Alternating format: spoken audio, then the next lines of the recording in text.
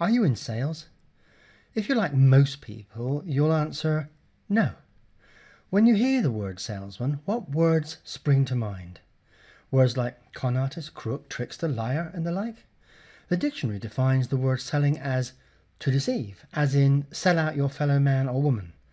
But the Old English word for selling is sellan, which means to give, furnish, supply, deliver to, or promise.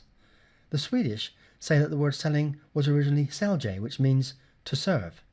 Think about it. When you buy something from someone, isn't the seller actually serving you? When you deliver what somebody has paid you for, aren't you in fact serving them? Daniel Pink wrote an amazing book called To Sell is Human. In his book, he says that today everyone is in sales. The truth is, nothing happens in business until a sale is made. And if you're online, nothing happens until the sales copy is written. It's obvious that if you're in business, you're in sales. If you agree, keep watching. So, if to sell is human, then is not to sell inhuman? I think the problem most of us have is when we think about selling is we don't want to come across as some smarmy guy who brushes his hair with buttered toast. Okay, so how do we make sales in business without selling and overcome any and all resistance? With what I call persuasion. What's the difference between persuasion and persuasion? The timing. Persuasion is something that happens when you meet a potential client. Persuasion focuses on when to influence, and that time is before people notice they are being influenced. Because of Web 2.0 and social media, buyers can do all the research they need to do on their own to discover for themselves if you should be on their radar to help them, solving their pressing problem.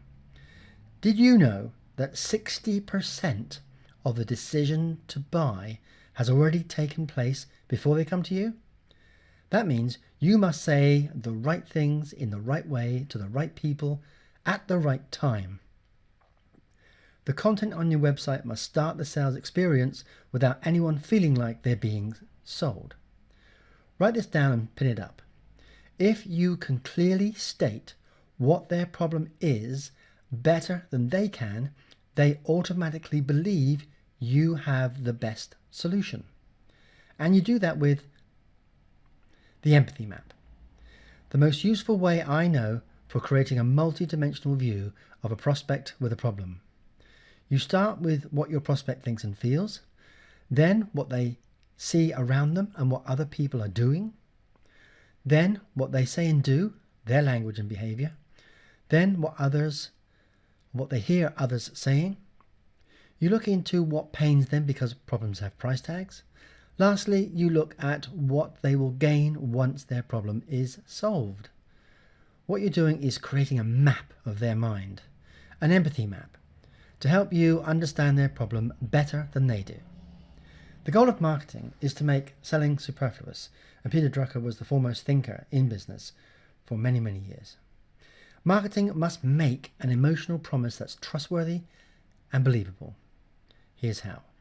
With proof element persuasion. Now, we all know that gold is hard to manufacture, therefore it's valuable. Likewise, proof is hard to manufacture, therefore people think it's valuable.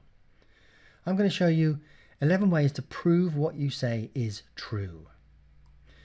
Proof element persuasion number 1. Demonstration. Nothing beats demonstration. It's one of the best examples of demonstration was the late night infomercial on Ginsu knives. And you can go onto YouTube and watch. There's 2 commercials up there, I believe, and what they do with these knives is incredible. Talk about proving. So proof element persuasion number 2.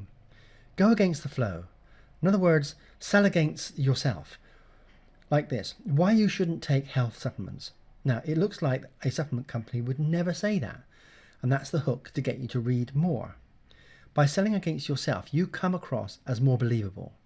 The magic occurs when you set the criteria for buying that only you can fulfill. The idea is to knock out all the objections people could have about buying your product or service. That way you automatically become their only choice.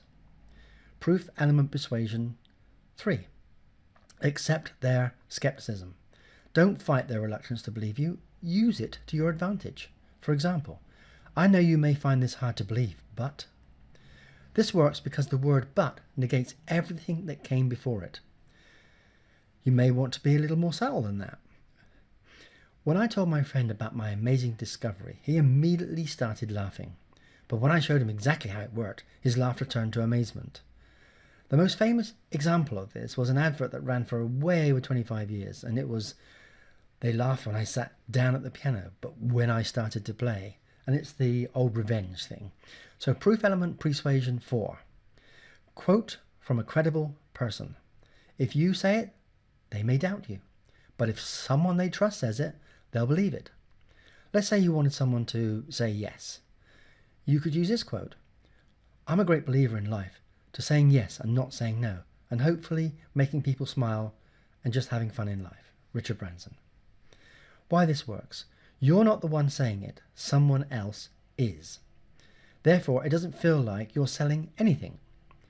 There are many more versions of this that you can use throughout your conversations, web pages, talks, emails, blog posts, etc. Proof element persuasion 5. Explain your unique mechanism. How colloidal silver kills the common cold. One of the best direct mail promotions I ever did was for this amazing product, the Rivers of Health colloidal silver. It kills the common cold fast. I explained the mechanism in the letter I wrote and ended up selling over 300,000 bottles, and it's now in almost every health shop in the UK. Proof element persuasion number 6. Create an original guarantee. If you can, create a name for your guarantee because it's more believable. My bottom of the jar guarantee. Use the entire jar of my chollop, and if your friends don't come up to you and ask, what's your secret for looking so young, then ask for your money back. Proof element persuasion number 7. Reveal the methods behind your madness. Tell people why you do what you do. Now, if you're going to have a sale, give the reason why. Here's a great story I like from Steve Beck. The Terrible, Horrible, No Good Day. Remember that classic kid story by Judith Voist? Alexander and the Terrible, Horrible, No Good, Very Bad Day? It's about a little boy who wakes up on the wrong side of the bed and his day goes wrong and even worse. We love this book. We are totally charmed by Alexander's pitiful pout and soulful eyes, and we love its candid message. We find it really refreshing. Well, you could say we had a terrible, horrible, no good month. First, the gearbox went on our son's car. Then one of our daughters got into a fender bender. She's okay. And then the washing machine went kaput. Then our home boiler started acting up, and that's when the water heater started leaking. We spent over £11,000 in unexpected bills this month. So we decided to have a terrible, horrible, no good sale. You can save up to 50 to 60% on our best-selling products. Terrible, horrible, no good sale only lasts until this Friday, January the 28th. Can you see why this is so powerful? Proof element persuasion number 8. Be very specific. This was an advert for a soap. This was an advert written by David Ogilvy for the Rolls-Royce. At 60 miles an hour, the loudest noise in this new Rolls-Royce comes from the electric clock. Now, you couldn't get more specific than that. Do you make these mistakes in English? There's specificity again. The lazy man's way to riches. Most people are too busy earning a living to make any money. That's also very specific. Proof element persuasion 9. Use lots of testimonials, especially before and after.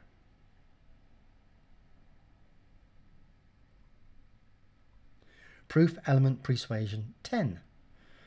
Show how you specialized. Because specialists are more believable than generalists. Because specialists are more trustworthy than generalists. Because people default to specialists. Because specialists command more money than generalists. Proof element persuasion number 11. Admit your flaws. Proof element persuasion gets your clients between 70 to 80% ready to buy from you before you talk to them. Go back over this short presentation, noting any of the proof element persuasion concepts you can put to use right now on your website, and create a 12-week plan to make sure you follow through. Along the way, you'll create a 30 and a 60-day checkpoint. Let's say you decided you want to use what you learned here, and you set yourself a 30-day checkpoint of having 4 proof element persuasion strategies done. And then you set yourself a 60-day checkpoint of having 8 proof element persuasion strategies done. And in 90 days from now, you'll have all 11 proof element persuasion strategies done. How will you celebrate?